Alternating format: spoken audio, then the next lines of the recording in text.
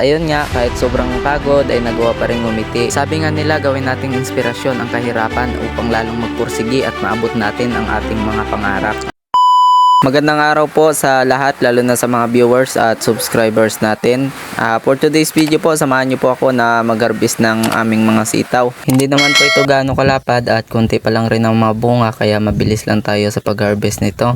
At ayan nga, marami pang mga maliliit, kaya pipiliin lang natin yung mga pwede nang harvestin. Ilang kilo pa lang din naman ito, kaya lang syempre sayang kung pabayaan lang natin at hintayin pa natin na dumami, baka yung iba ay tumanda na.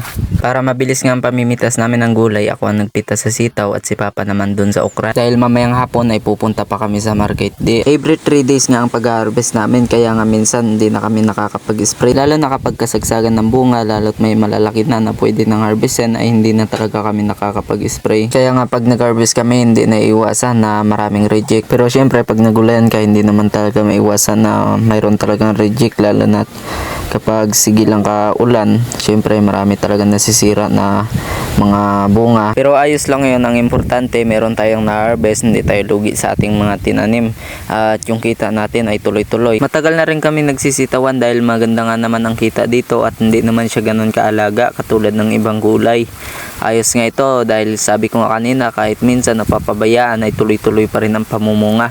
Bukod doon, matagal din talaga ang buhay ng sitaw kahit na yung ibang dahon niya ay natutuyo na. Basta buhay ang kanyang mga bagin ay talagang mamumulaklak pa yan at patuloy pa rin ang bunga. Ito ang similya namin ay paulit-ulit na lang at hindi na kami bumibili ng original, bali nililipat-lipat lang namin siya ng area. Ayos din naman kasi kahit paulit-ulit lang kaysa bibili pa, ang mahal ngayon ng similya. Bali yung bunga niya nga ay walang pinag-iba sa original at ayan o, ang gaganda. Kahit nga yung mga okra namin ay paulit-ulit lang ang mga similya, kaya lang kailangan talaga ilipat-lipat mo siya ng area. Ganun lang naman ang diskarte namin kasi kung bibili ka pa, syempre dagdag naman yun sa puhunan. Tapos bibili ka pa ng abono at pang spray. So grabe ka gastos, kaya dito sa bukid hindi naman kailangan lahat ng tinatanim mo ay original. Kailangan lang talaga dito diskarte. Ito na nga pala guys, ang na-harvest ko siguro meron ng 2 kilo. Pero hindi pa yan lahat, meron pa akong harvestin dito sa kabilang gilid. Medyo marami pa rin ito. Kaya lang marami talagang reject guys dahil nga gawa ng sige ka ulan, hindi makapag-spray. Ayan, tingnan yung dahon, may mga butas-butas at marami ding mga balu-baluktot. Pero pwede pa naman yan guys, hindi pa naman yan totally reject talaga. Pwede pa yan natin siyang ilagay sa sari-sari o kaya naman iiba natin yung price. At kung meron mga matitira, syempre yun na lang ang ating gulayin para naman di masayang kaysa magbili pa tayo ng ibang ulam na mga karne o isda. Pwede naman to siya gulayin at buuin lang, ganon.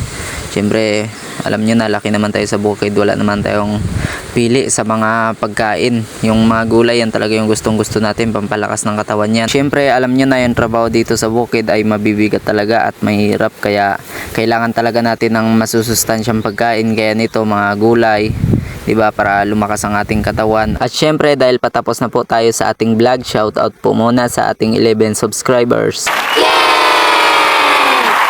Hinihiling ko rin po sa mga bago nating viewers na kung nagustuhan nyo man po ang vlog natin ngayong araw, huwag nyo po kalimutan na mag-subscribe at i-like ang video ito. Syempre mag-iwan na rin po kayo ng comment at muli po maraming salamat po, lalo na sa mga solid subscribers natin, mga viewers natin dyan. Maraming salamat po sa pagtsatsaga nyo na manood ng aking mga vlog. Dito na nga po nagtatapos ang vlog natin ngayong araw at hintayin nyo na lang po yung mga susunod pa nating i-upload na mga video about farming. Maraming salamat po sa inyong panonood at hanggang sa muli po, paalam!